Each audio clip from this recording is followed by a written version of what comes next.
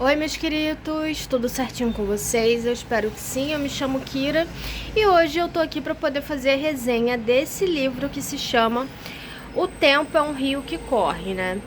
É da autora Lia Luft. Tem essa capa maravilhosa. Olha isso, gente, que coisa mais linda. Assim, quanto mais tempo você olha para essa capa, mais você se apaixona, assim, pelos efeitos, né? A pintura tem tanta profundidade que dá esse efeito meio 3D, né? Parece até em alto relevo. Esse livro, gente, ele saiu pela editora Record. Deixa eu ver se tá aqui o ano do livro. Se eu não me engano, 2014. Esse livro foi lançado em 2014.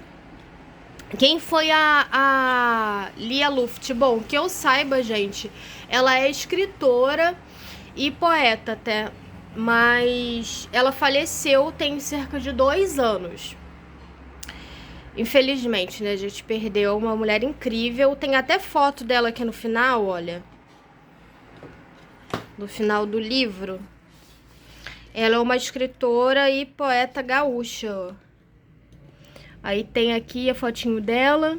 Tem aqui falando de outros trabalhos dela, olha, que ela publicou o primeiro romance que se chama As Parceiras em 1980, seguido por Asa Esquerda do Anjo, né, em 81, Reunião de Família em 82, Mulher no Palco 84, O Quarto Fechado também em 84, né, Exílio em 87, O Lado Fatal em 88, né, e foi relançado em 2011, Sentinela em 94, O Rio do Meio, né, que ganhou um prêmio da Associação Paulista de Críticos de Arte, né, em 96, Secreta Mirada em 97, O Ponto Cego em 99, Histórias do Tempo, né, dos anos 2000, Mar de Dentro em 2002, Perdas e Ganhos em 2003, Pensar é Transgredir em 2004 e no mesmo ano História de Bruxa Boa, na sua estreia na literatura infantil, né? Tema que retomaria em 2007 com a volta da Bruxa Boa, né? Em 2005 ela publicou o volume de poesias Para Não Dizer Adeus e em 2006 a Reunião de Crônicas, né? Em outras palavras. Em 2008, ela lançou o livro de contos, né, O Silêncio dos Amantes. Em 2009, ela voltou à literatura infantil publicando com o filho filósofo Eduardo Luft, né, Criança Pensa, seguindo a linha de pensamento que busca estimular a infância na infância e na adolescência, né, a observação, a análise, o discernimento. Lançou em seguida os livros de ensaio Múltipla Escolha, né, em 2010, A Riqueza do Mundo em 2011, 2012 voltou, né, com o romance O Tigre na Sombra, né, que foi vencedor do prêmio da Academia Brasileira de Letras em 2013. Ela era formada, né, em letras anglo-germânicas e com mestrado em literatura brasileira, né, e linguística aplicada. Lia foi professora titular de linguística de 1970 a 1980. Depois disso, ela se dedicou unicamente à tradução e à sua literatura, né? Desde 2004, ela assina a coluna Ponto de Vista, né, na revista Veja. Bem legal. Aqui atrás tem falando um pouquinho sobre o livro, olha.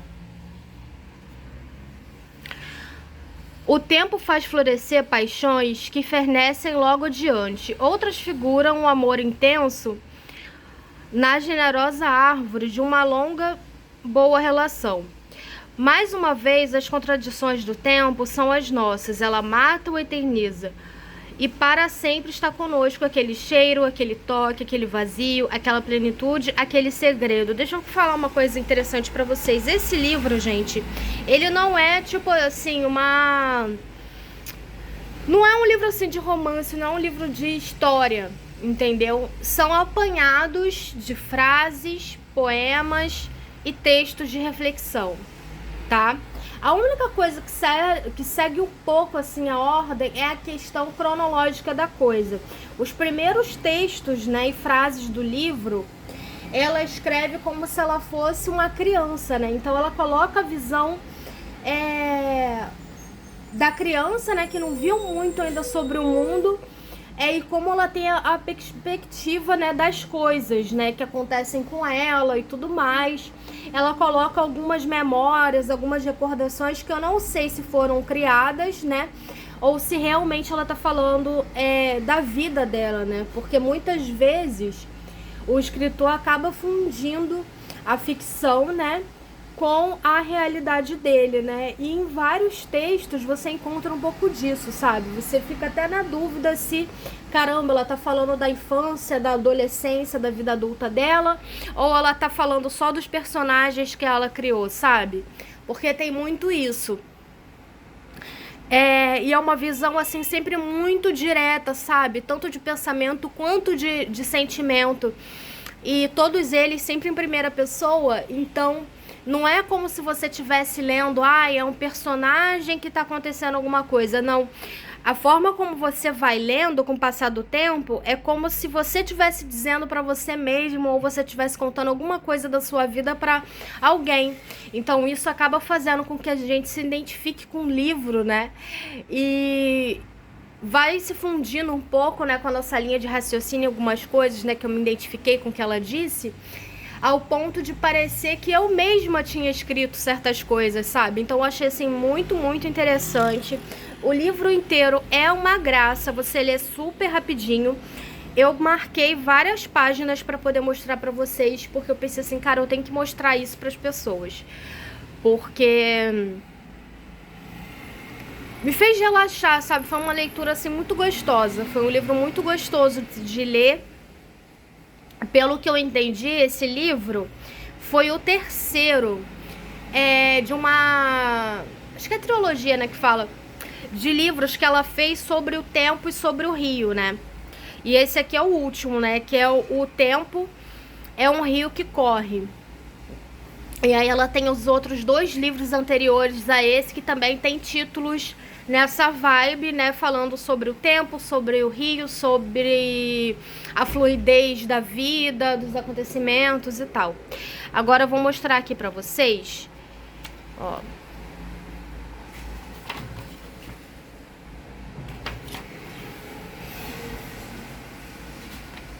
Mostrando assim, só pra vocês terem noção de como é o livro. Tem logo esse primeiro aqui, ó. O tempo não existe, eu decreto assim. Esses vultos esquivos são rostos, são nomes, são as horas felizes, são o que foi embora. O tempo não existe, tudo continua aqui e cresce como uma árvore pesada de frutos, que são máscaras, palavras, promessas, bocas ferozes. O tempo não existe. Tudo se resume a um instante. O antes disso é um rio que corre, mas não passa, basta chamar. É sempre agora.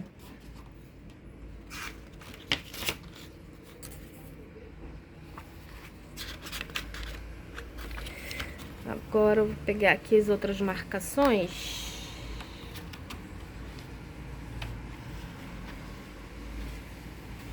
Pera. Esse eu acho que é o segundo.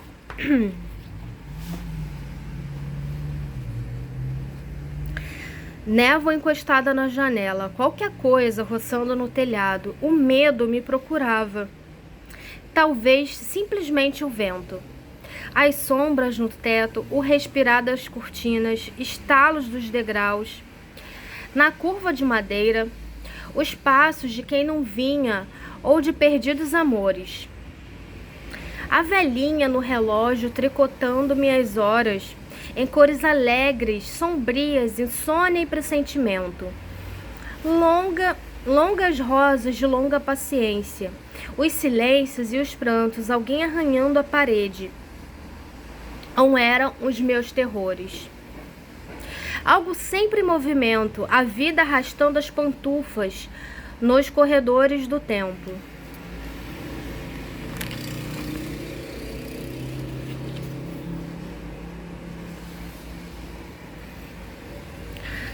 Naquele tempo sem tempo, a verdade parecia estar nos livros.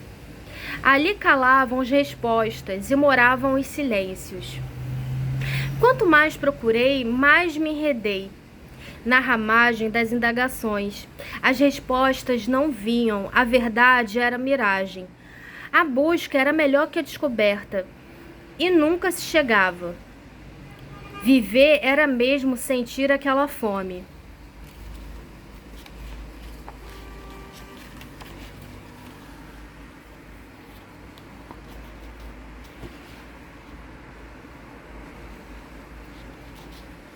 Ué, eu marquei, será que eu marquei pra ler esse? Agora eu fiquei confusa. Ou é o próximo? Vou ler os dois. O rio dos encontros e das despedidas. Dizer adeus a si mesmo em cada fase. De repente, somos jovens adultos. Fim para o colo de mãe. Fim para as brincadeiras no pátio, nas noites quentes. Fim da crença em cegonha e Papai Noel. Adeus às fadas e elfos nas florestas, sobre os morros azuis. Deles nunca acreditei inteiramente, ainda sinto. Nunca desacreditei inteiramente, ainda sinto. Entre as árvores do bosque, onde construímos uma casinha de telhados pontiagudos, como de livro de histórias. Foi esse aqui mesmo, gente, que eu marquei, mas agora eu fiquei curiosa para relembrar qual era esse outro aqui, vou ler para vocês. E eu marquei porque eu achei bem interessante, porque eu sou uma pessoa que eu acredito em fada, duende, os elementais em geral, né? E aí eu achei bem interessante, quis mostrar para vocês. Esse aqui se chama Antes de Ser Eu Mesma. Antes de ser eu mesma, ou isso que eu penso ser. Eu jogava esconde-esconde com meus fantasmas, os terríveis e os gentis. Os dias me viravam do avesso, eles viravam. As horas me traçavam para me desarrumar. Quanto mais me busquei nos espelhos secretos, mais me perdi de mim. Quando chegou o tempo da verdade, entendi que sou, num fundo porão das horas, reflexo de reflexo de reflexo, nada mais. E que deve ser assim.